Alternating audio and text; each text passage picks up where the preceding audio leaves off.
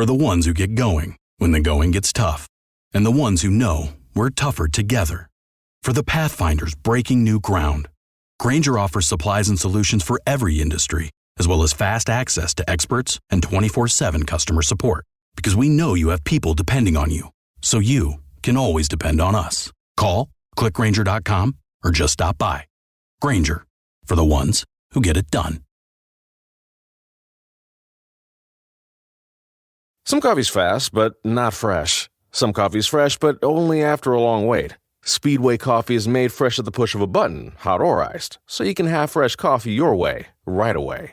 Find a store near you at speedway.com/locations.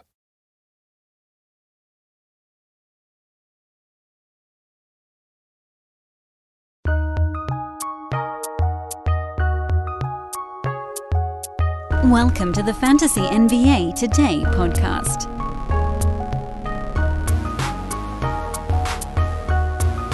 Prop up, people, with our friends over at Thrive Fantasy. Yes, it is the opening statement on today's podcast. That is how important it is for me, for Sports Ethos, to get you guys over there checking out their incredible product. So excited to be a part of this partnership. Use promo code ETHOS when you sign up at thrivefantasy.com or using the Thrive Fantasy app, and you get a 100% deposit match bonus up to $100. You also get a free game ticket. Actually, I think it's 2 free tickets if you deposit $10 and 4 free tickets if you deposit $100. So I had that wrong on yesterday's show. We have a link we'll be tweeting out regularly that has the promo code built into it. If you don't use the link, promo code again is ETHOS. The website is thrivefantasy.com. And you guys should be listening to our DFS guys. They are going to break it down for you and get you guys winners over there with our brand new partner. This is the most important stuff. I know we have multiple partners. We got Manscaped, we got MyBookie, all that stuff. We got ExpressVPN these days. We got 4 partners we're broadcasting, telling you guys about on a daily basis pretty much. This is the one I want you guys checking out. You can deposit as little as $5, $10, whatever, just sort of explore things. Again, deposit $10 and you get 2 free entries into the $20 tournaments. So it's really deposit 10 and you get like $50 worth of credits for the most part. So check it out. You don't need to research every player on the board. It's just the most impactful superstars. And it's props, over-unders. Pick 10 out of the 20. If you rack up the most points, you win a share of the cash. It's simple. It's a nice shtick they've got going there. ThriveFantasy.com, promo code ETHOS. Check them out. Welcome to the podcast, everybody. This is Fantasy NBA Today, a Sports Ethos presentation. I'm your host, Dan Vespris. I hope all of you guys, and this is something we have been doing kind of a bad job of as well, reminding you that Ethos Fantasy BK on Twitter should be your starting point for fantasy every day. It is the best blurb feed in the industry. It's not close. It's not close. The gold standard for many years, RotoWorld, NBC Sports Edge. Sports Ethos now faster. Just as much analysis and faster. That's what you want. The fastest one is Fantasy Labs, but no analysis. So yeah, you get an update, like, Nerlens Noel expected to play. That goes out. There's no fantasy analysis there. Doesn't tell you what to do with it. Devin Vassell, doubtful. No fantasy analysis. If you want the fastest feed with analysis, so it's doing all the work for you, it's Ethos Fantasy BK. It's Sports Ethos' fantasy basketball feed on Twitter. I've been telling you guys you need to get on Twitter. That's one of the feeds you got to follow. Please do follow me as well at Dan Vespers. It's a weird day today because we've got a truckload of games tonight. It's a 13-game Wednesday. I think. I might have miscounted that. It's a ton. After a 3-game Tuesday. So let's zip through Tuesday's card. And then I got a request from some of our premium subscribers on a topic for today's show. And we're going to go ahead and do it. Easy enough. And I'll tell you about some of our other partners as we weave our way through the card. Brooklyn beat Dallas in a comeback. James Harden nearly triple-doubled. He's basically been James Harden. After a slow first week and a half, he's now number 7 on a per-game basis. He's played a half dozen more games than two of the guys in front of him in that pecking order. He's now pulled into a dead heat with LaMelo Ball and Jimmy Butler in per-game value. By totals, he's number 5. I think I already told you there were two guys in front of him he had passed. And by the time LaMelo Ball's COVID absence is over, Harden will be in front of him. Kevin Durant getting a night off. Harden might be in front of him after their next ball game this evening. The only dudes he's not catching right now look like Jokic and Steph. And Jokic did miss a handful of games. He was actually in front of him by totals. Anthony Davis, oddly enough, moves up the board enough, actually moves past. It's a weird thing. Harden is, on a per-game basis, he's like just ever so slightly behind, so I was fudging the numbers a little bit there. So by totals, he moves up into a dead heat with these guys. And Anthony Davis is Anthony Davis is number 2 by totals right now, which kind of blew me away. He's still not even hitting his jumpers, and he's number 2 by totals. Mr. Brittle has played in 24 games so far. But anyway, this is a segment on the Brooklyn Nets. So Harden, that, if ever there was fear, it is now gone. Kevin Durant, LaMarcus Aldridge sitting out their game this evening, which means Nicholas Claxton should see a nice bump in minutes. He actually played 21 minutes yesterday. I still don't like Claxton. I know that I'm sort of the weird one there, and all the other fantasy analysts are saying, look at what he can do. He's a free throw disaster, and he's going to get to the line because he's going to be cutting. He's going to be rim running in James Harden, Nick Claxton pick and rolls. So he's going to get free throws. And it's a weird thing. He's actually not as great in steals and blocks as we would sort of imagine given his activity. He's fine. He's not bad at them. But there isn't that intense upside of guys that can do the big man stuff and then just pile up defensive stats on top of it. So I'm not that interested in Nick Claxton. The guy I'm interested in a fill-in role, well, first, I think Deandre Bembry does probably get more minutes tonight. He played only 14 yesterday. He's been moved into the drop category since Bruce Brown started making noise. But more than anything, James Johnson. That's the name. You guys know it was coming. You knew it was on the way. He had 5 fouls in 25 minutes in yesterday's win over Dallas, but 12 points, 4 boards, 4 assists, a steal, a block, 2 3-pointers. He's always been an across-the-board fantasy guy. He's had issues with his free throw stroke throughout his career. That's not going to be a big winner of a thing. But if he gets minutes, he does stuff. Threes, points, boards, assists, steals, blocks. It's pretty rare that you can get a guy, and he's not usually all that bad in field goal percent either. He's not good in free throw, but now you're talking about potentially 8 out of 9 categories, and not a punt free throw guy, because he isn't going to take all that many. I like James Johnson a lot as a fill-in, and I wonder, by the way, when I say a fill-in, I always think of tefillin. My Jewish listeners are probably going to start to hear that now. The interesting thing about a guy like James Johnson is that, and I need to come up with a terminology for it. Last night, I started to wax poetic on Twitter about all the different kinds of streamers. James Johnson is a potential streamer with benefits. He falls into that department, not because of the Durant and LaMarcus Aldridge injury, but because he'd been coming on anyway.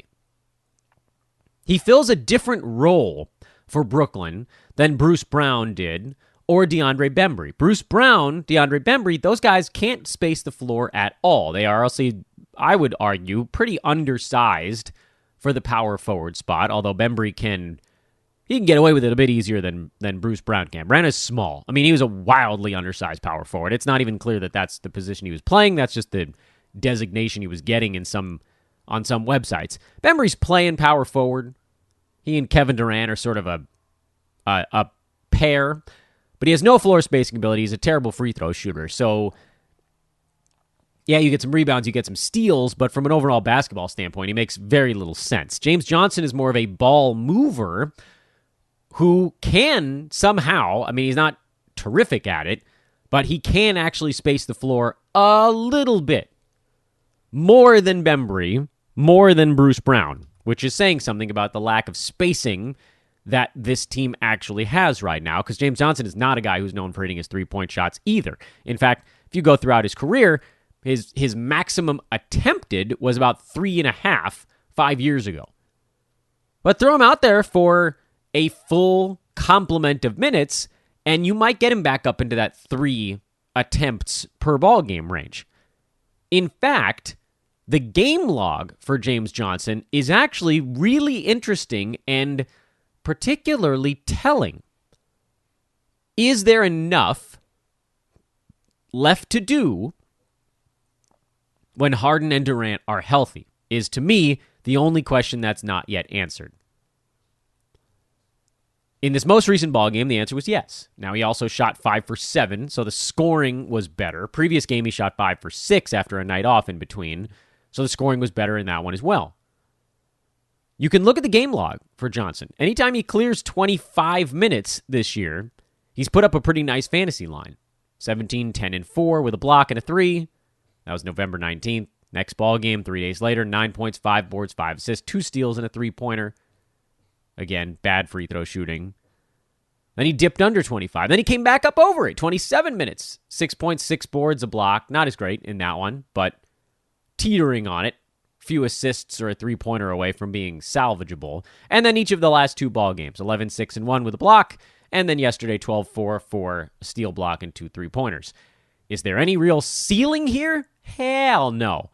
No, he's not going big. But if he does start to grab this job, there's a wacky universe where he ends up as the starting power forward on this team. If they start to really like what he's doing, and then you're talking 26, 27 minutes a game, at that point, you'd have to add him. Right now, I don't think you do. The reason I called him a streamer with benefits is this is a night where he could potentially go big with no Durant and no Aldridge. Then everybody will pick him up after tonight, and those folks might get super lucky because maybe he just sticks after that. Maybe he just takes the power forward job from Deandre Bembry and never looks back. But nobody picked him up. The people that, the casuals, if you want to call them that, they're going to pick him up because they see him having a big ball game tonight, filling in for 2 of the Nets' larger players who are sitting out with rest. They're not picking him up because they've seen the trend line. They'll be picking him up because of the one big game. Don't let those folks get lucky like that. If you are interested in a high floor, low ceiling type like James Johnson, who's again ranked near number 300, so they're like no one is fighting you for him today. You're going to want to do it before this evening's ball game, even if you don't start him tonight. He's available in every single one of the leagues that I'm in right now, and I'm in pretty damn competitive leagues. So again, this is not a fight that I'm sending you like racing to the waiver wire for. It's far from it. But if he grabs that job, which he might, and he doesn't shoot 43% at the foul line, and you start to see some well-roundedness, you'll want to be in front of it. Of course, the other side of it is there are just so many damn pickups these days that why are we even worrying so much about a guy like Johnson who doesn't have almost any ceiling at all? You know when you order a new video game, or a golf club, or a blender, and then it arrives at your door, you get a little thrill. Imagine how much more thrilling it is when you order a new car. With Nissan at home, you can shop for the perfect ride and order it without ever having to go anywhere. Sure beats a golf club or a blender. Buy a new car entirely online with Nissan at home. Delivered direct from dealer to driveway. Thrill starts here. Services may vary at participating dealers, subject to applicable law. See dealer for details. Hello, Discover here to explain our cash back match. Here's how it works. We give you cash back for using your Discover card on the things you were going to buy anyway. Then we match that cash back in your first year. And that's why we call it Cashback Match. Now to recap and say cashback one more time. We match all the cash back you've earned at the end of your first year automatically. Discover. Exceptionally common sense. Learn more at discover.com/match. Limitations apply. People might have said that about our next contestant, Dorian Finney Smith. Remember at the beginning of the year, I said this guy's going to work his way into a top 90 valuation. Well, he's at 112 now. He's had a good couple of weeks. 15, 6, and 2, 3 steals in this ball game. He's really settled in nicely of late. Luka, KP, those are obvious ones, but DFS too, lately. So what have you done for me lately kind of league? Finney Smith, number 58 over the last 2 weeks. 11, 4, and 3, 1.8 steals, almost 3 3-pointers a game. Good field goal percent. Of course, as the field goal percent tapers off, his lines kind of do as well, but it's what we said. Dude's playing full starters minutes with minimal competition. he should be able to kind of close his eyes and bumble his way into that 90 range, and he's almost there. Overall, all together now. It's an entirely new way of flying. Knicks beat the Spurs on the road. RJ Barrett had his big ball game, which, of course, impacted everybody else. Emmanuel Quickley actually had one of his better ball games. And there's a story there. There's a number of stories with this Knicks team because they're one of the teams we're in full monitor mode right now. First of all, Mitchell Robinson, Nerlens Noel flipped Nerlens into the starting lineup, played more minutes than Mitchell, but did way less. And that, of course, is built on how the Knicks run kind of two different offenses. There's the Julius Randle's on the floor offense, which is through Julius Randle, working out of the post slowly. Everyone else get the hell out of the way, space the floor. If you're the center, try crashing the glass, hope for the best. You're not going to get to do anything. And then there's the second unit offense, which is running. Derrick Rose tends to run. Emmanuel Quickley tends to run. Obi Toppin tends to run. So you throw Mitchell Robinson in that mix, and suddenly you've got someone now who can rim run every time down the floor. Get on skates on defense. Play faster. Get steals. Get blocks. When they announced the switch, my first thought was, damn it, Mitchell Robinson's minutes are going to take a pretty big hit. But his per-minute production out of the second unit is likely to be much better. And we saw that on full display yesterday. Robinson had perhaps his best game of the season. 11 and 14, 2 steals, 3 blocks. It's been, at times, kind of a rough year for him. And yet, somehow, last 2 weeks, he's in the top 80.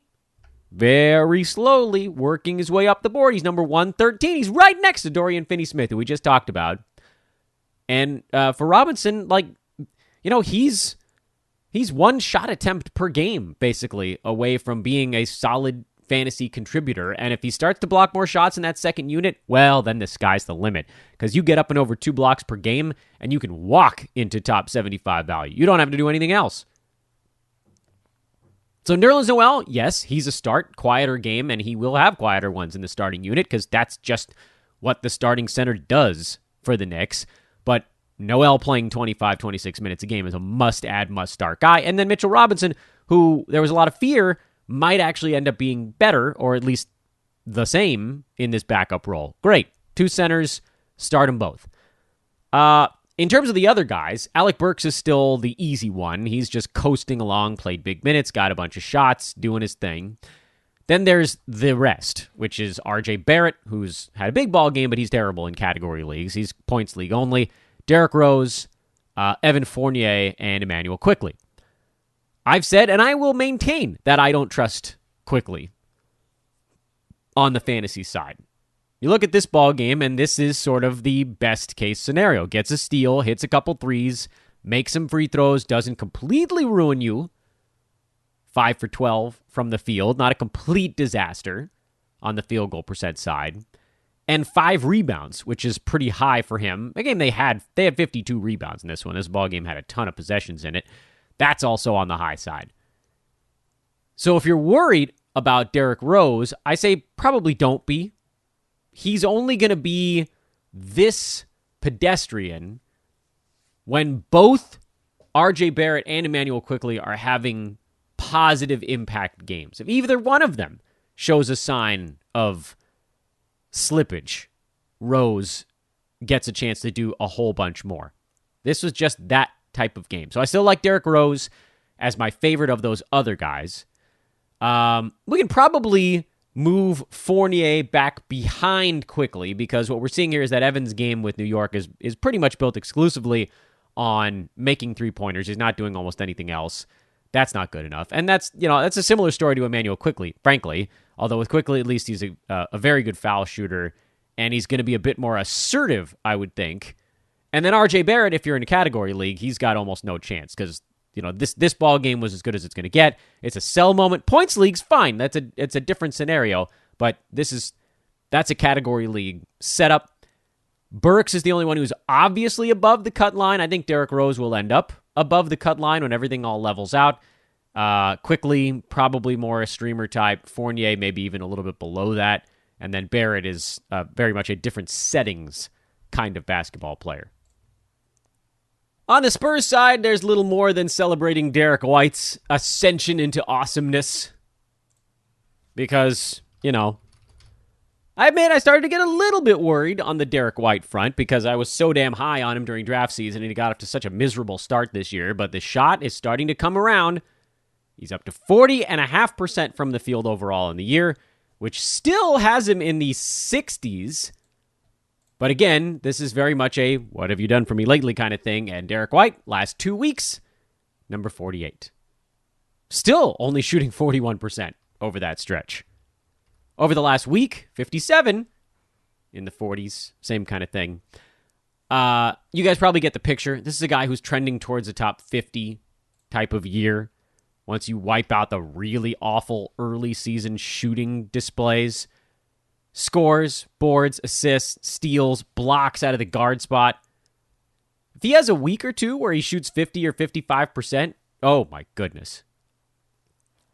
Keldon Johnson hurt his ankle in this ball game. There wasn't a supremely obvious pickup to take his place. I didn't like Keldon anyway. Doug McDermott probably gets a few more shots, and then they'll split it up. You'll see Lonnie Walker. If he gets hot, he'll play a little bit more. Bryn Forbes. Blech. And the Lakers played arguably their best game of the season so far. Anthony Davis was solid. LeBron was solid. Russell Westbrook was solid. And you got a pretty good look at what they can do when offensively things are clicking a little bit. I thought they actually missed a few easy shots as well. Boston's defense really let them down. Westbrook got to the rim repeatedly. Anthony Davis was just going around Horford and the Time Lord. This was what the Lakers were hoping for, and they played a little bit better defense. One thing that I would have liked to have seen Boston do was exploit the Lakers' switching pick-and-roll defense a little bit more. You've seen a lot of teams just get the switch and then attack it. It creates a lot of isolation ball if the Lakers don't double-team, but we've seen Malik Monk and Taylor Norton Tucker and Wayne Ellington. Those guys have gotten picked on repeatedly over the last couple of weeks. That said, someone on a podcast somewhere, his name was Dan, the podcast was called Fantasy NBA Today, said the Lakers would be 13-12 after 25 games. Remember when I said that in August? I told you everybody was going to be in a full-blown hair-on-fire panic also. It was so easy to see from a million miles away. I wish there was a prop bet. Lakers to win less than 15 games in their first 25. That'd have been the easiest damn bet on planet Earth because you knew this whole team is new. AD, LeBron, Taylor Horton, Tucker. I think that's it.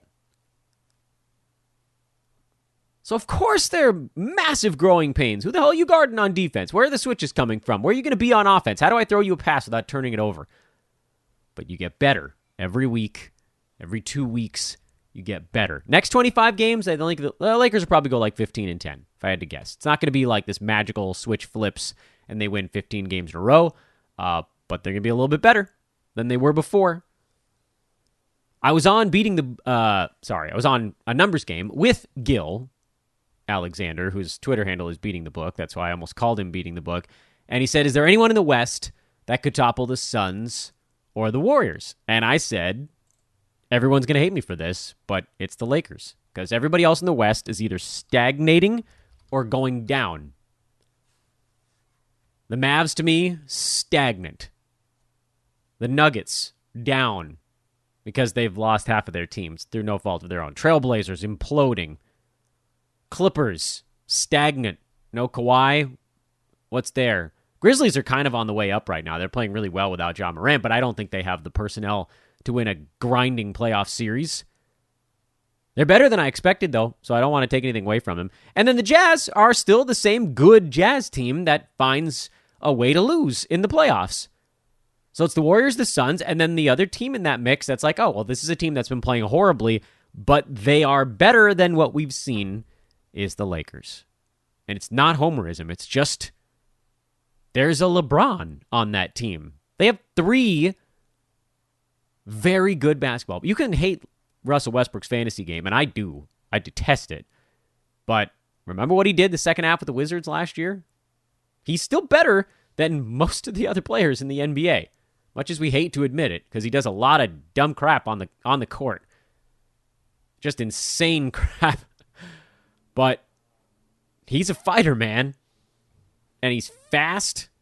And he actually passes pretty well. I know that there's a lot of you got to shoot it after he passes it to you, but he creates problems for teams.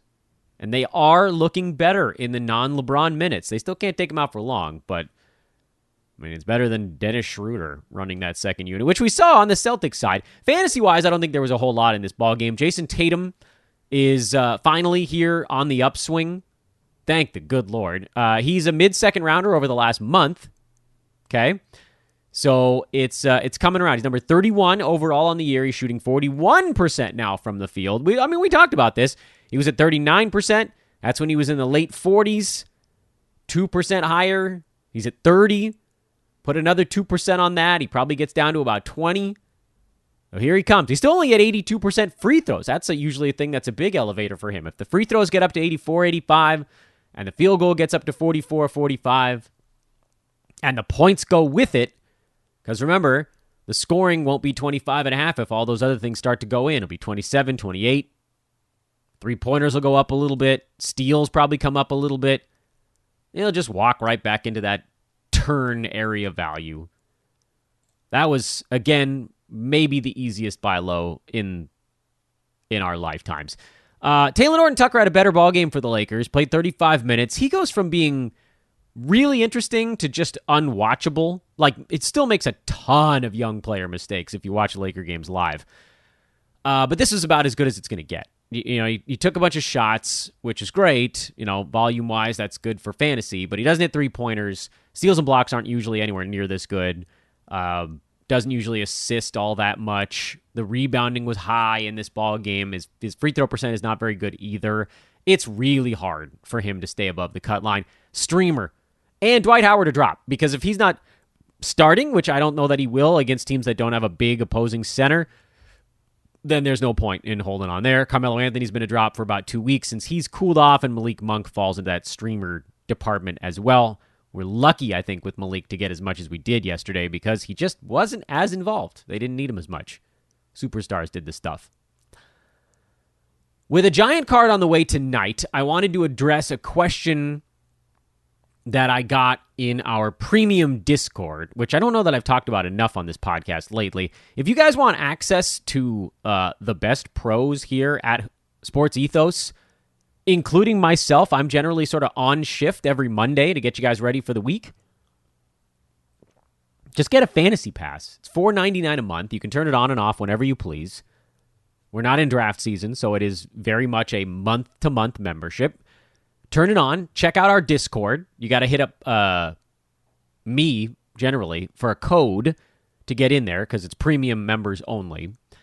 And then you can just ask questions. There's an Ask the Pros thread. Someone monitors that every day. You get questions for all of your fantasy teams. It's effectively one-on-one help from folks that stare at this all day. Again, myself included. Check out a fantasy pass over there. Get it going, man. But anyway, the question I got was, Dan, can you dive back into the streaming discussion a little bit? And I thought, all right, well, surely there will be a day coming up where we don't have a whole lot of other things to deep dive into. And today made a lot of sense with only 3 games yesterday. Tomorrow's show, we'll have 13 games to recap, so that'll be built on that. Friday's show, will be week in review, and if there are a bunch of pickups and stuff like that, we'll roll that all together. And it got me thinking last night, and it's why I sent out the 3 or 4 tweets on just kind of the idea of streaming. Because it really means a lot of different things. And I thought maybe we start from the end and work our way back towards the beginning. Meaning, streaming in your head-to-head playoffs is kind of the one time of year where I think you positively must do it.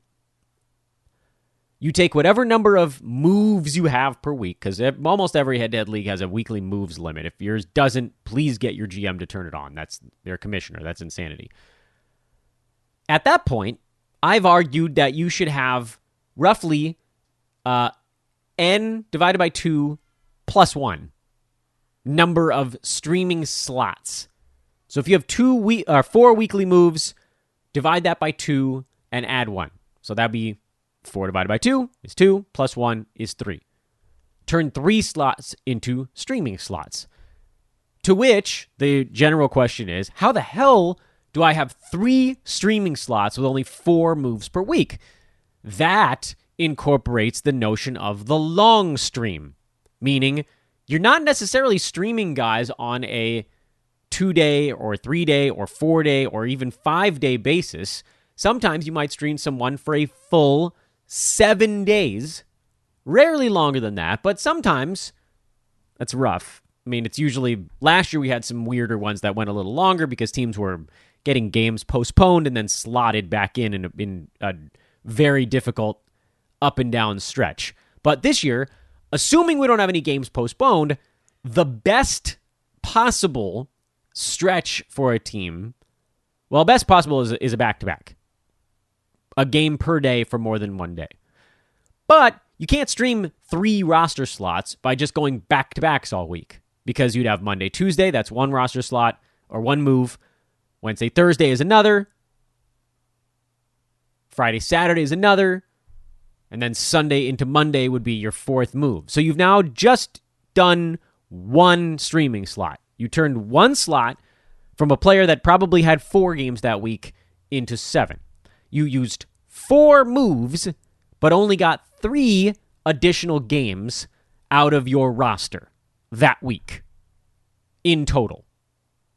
And maybe you got an extra one the following week. I don't know. Depends on if your player was going to go on Monday and, the guy you picked up does end up going on Monday anyway. Now you incorporate the long stream, meaning you found a guy who has a 5 games in 7 days stretch that runs from Wednesday of one week until Tuesday of the next. I don't know who you're dropping, but they probably had 3 games between Wednesday and Sunday on average. Probably about 3 games. Maybe it was 2. It's almost definitely not 4. You could basically say it's like 2.75 or something like that. We'll just round that up to 3. When you pick up someone who's starting a 5 and 7 on a Wednesday, that means they're going to go Wednesday, off Thursday. They go Friday, Saturday, probably. No, excuse me. They'll go Wednesday, Thursday, off Friday, play Saturday. So you might not have actually gained any games that week. But they go Monday, Tuesday, the following week, which almost definitely gains you a game over those 7 days. You've taken someone that had 4 games over 7 days and turned them into 5. Now, it works even better because you're actually gaining on average more than 1 game, because someone having 4 games in 7 is actually pretty good anyway. You might have taken someone who only has 3 games, or heaven forbid, a player that only plays twice over that next 7-day stretch and turned it into 5 times.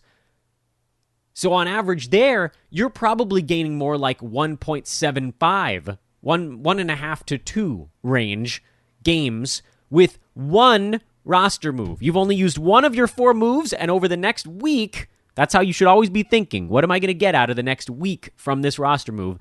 You've gained about 1.5 to 2 additional games in your playoff run.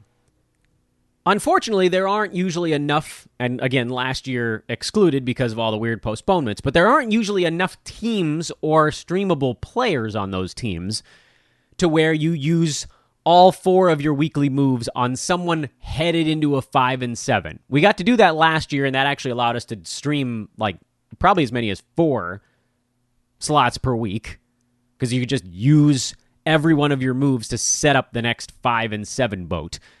Mostly, you may be able to do that once, maximum twice in a given 7-day stretch.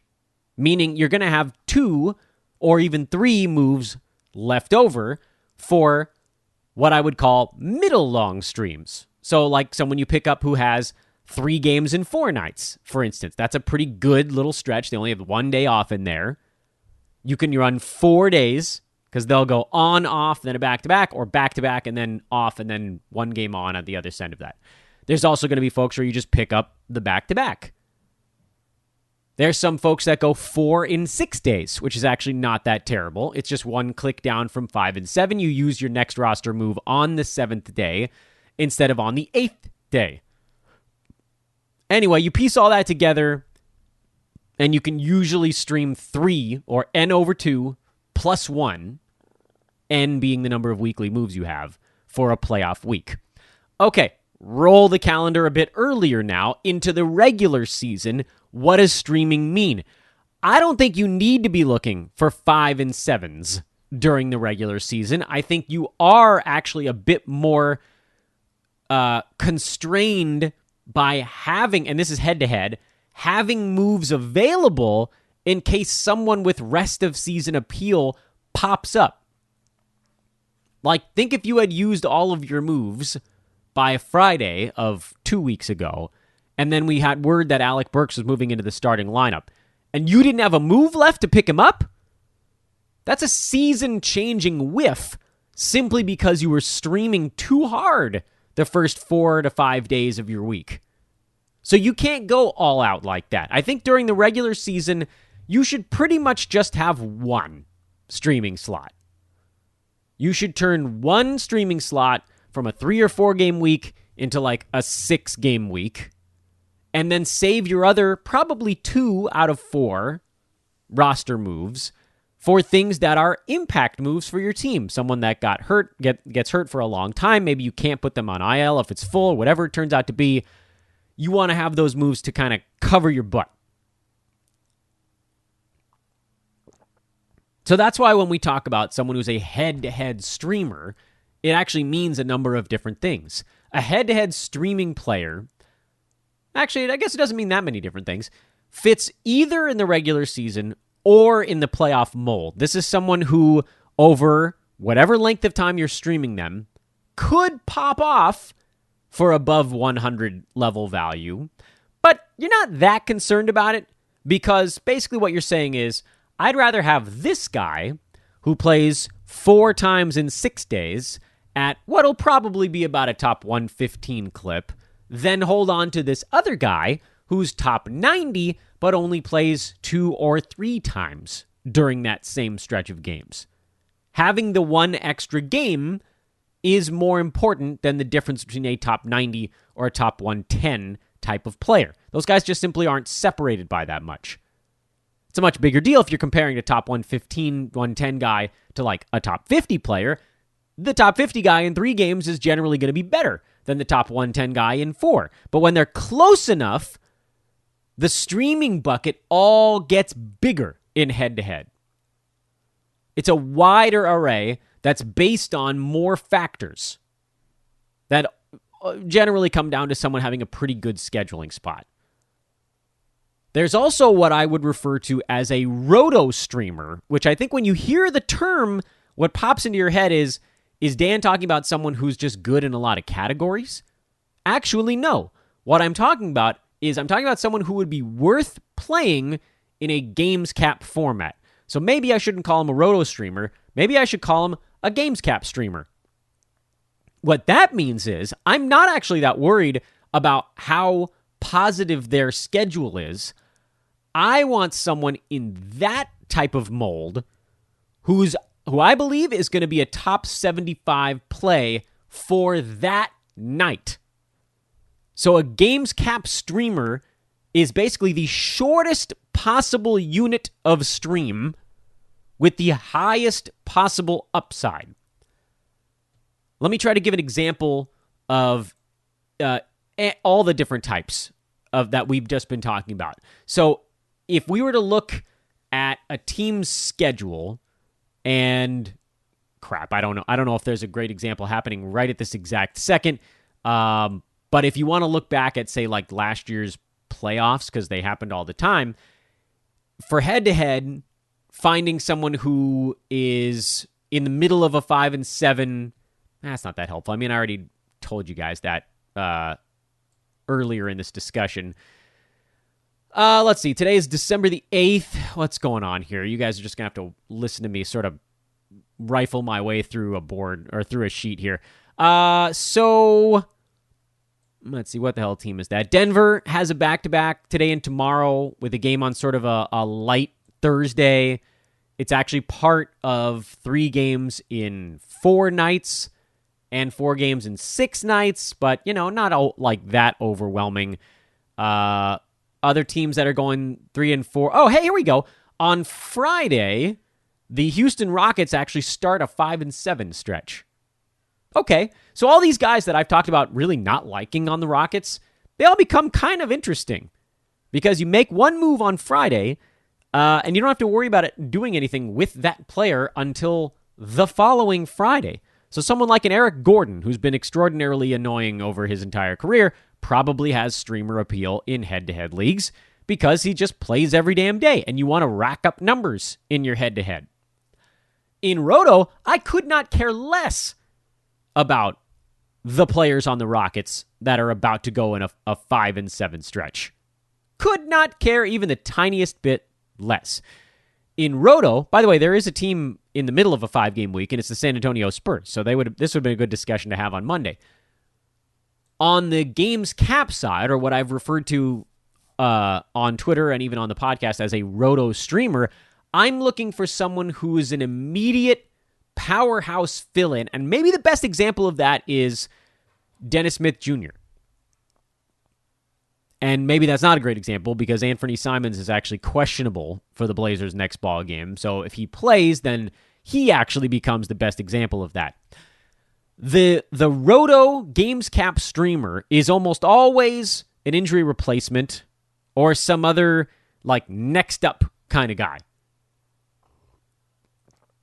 Where someone who, when they're not in this whatever advantageous spot, they're more like a head-to-head streamer or even ever so slightly behind that. So like Anthony Simons was what? He was like top 150 type of range guy prior to Lillard going down, 160 range. So he wasn't even really streamer level, but you take the guy out of the lineup that's immediately in front of him, who also happens to be a superstar in Damian Lillard, and Simons not only sees his minutes tick up, he would go from likely playing 21, 22 minutes a game, 20 minutes a game to about 32 or 33, but you actually also see his role increase. So it's this, like, the line actually curves up, as opposed to with most guys, as their minutes go up, their production levels off a bit over time. Like they do a ton with their first 12 minutes and then everything levels off a bit. For a guy like Simons or a lot of injury replacements, when they get bumped up into that superstar replacement role, what they have to do, exponential curve. It tips up. I don't know if I'd call it logarithmic, but I guess that's where you sit with that. So then he's not taking 10 shots in 23 minutes. He's taking, 15 in 30 minutes. He takes 50% more shots, but his minutes only go up by like 33%.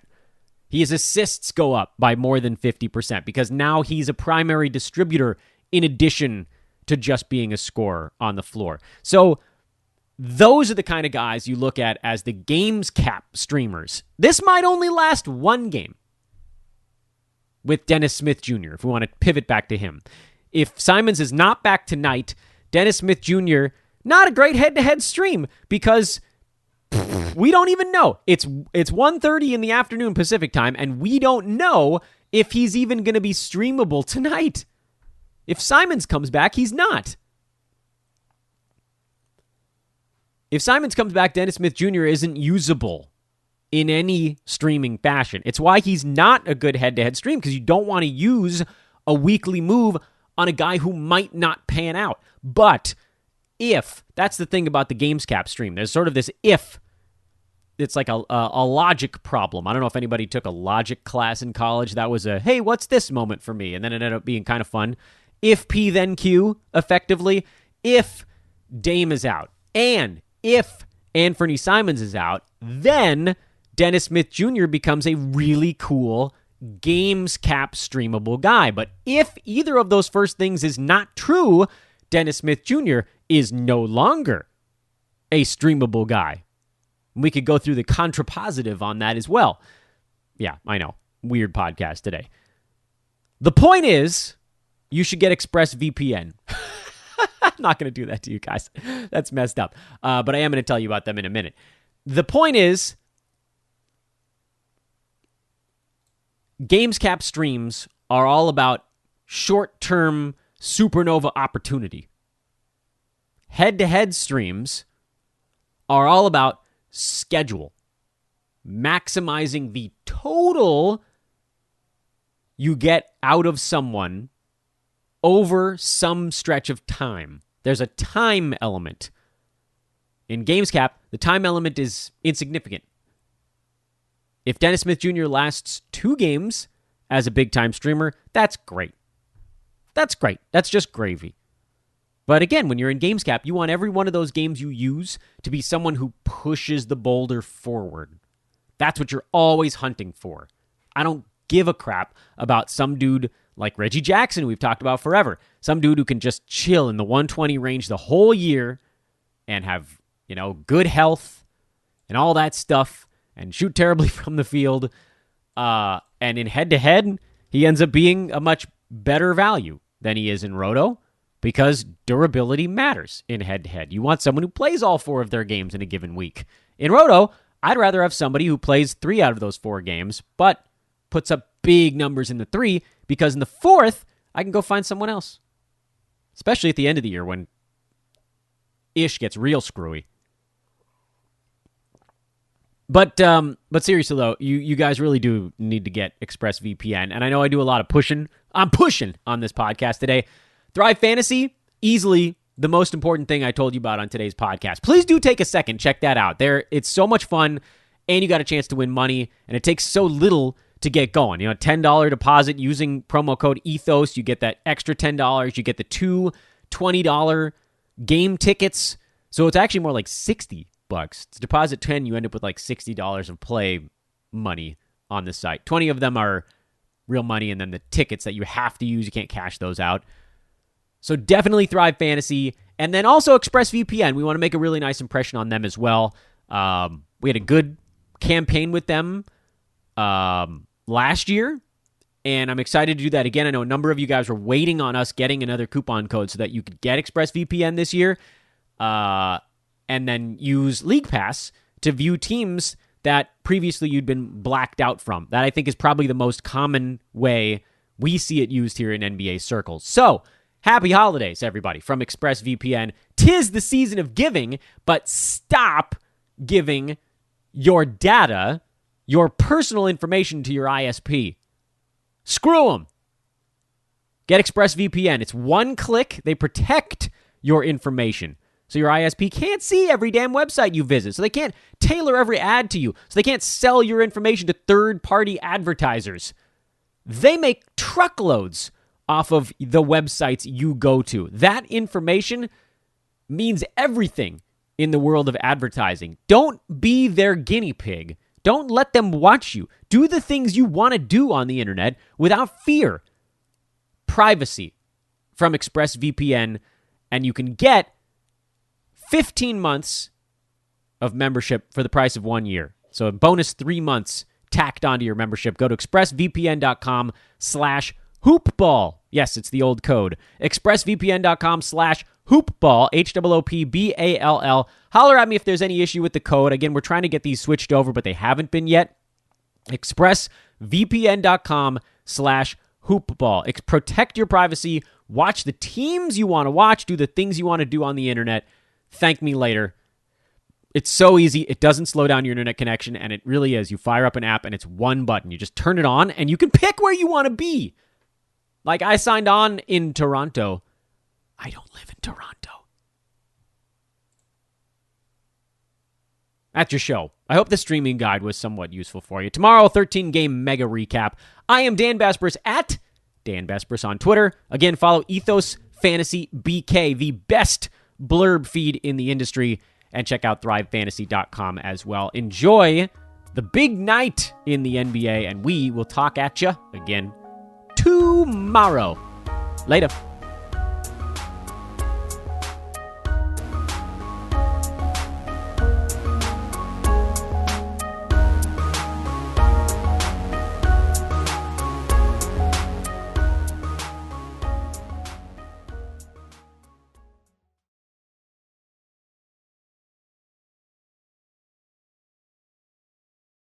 Some coffee's fast, but not fresh. Some coffee's fresh, but only after a long wait. Speedway Coffee is made fresh at the push of a button, hot or iced, so you can have fresh coffee your way, right away. Get 2 times the points when you buy any size hot or iced coffee drink with Speedy Rewards. For the ones who are always in the know. For the ones who keep things running. For the innovators and the problem solvers. Grainger offers supplies and solutions for every industry, experienced staff at local branches, and free access to experts to help answer your toughest questions. So whatever challenge you face, we have the knowledge and products to help. Call, clickgrainger.com, or just stop by. Grainger, for the ones who get it done.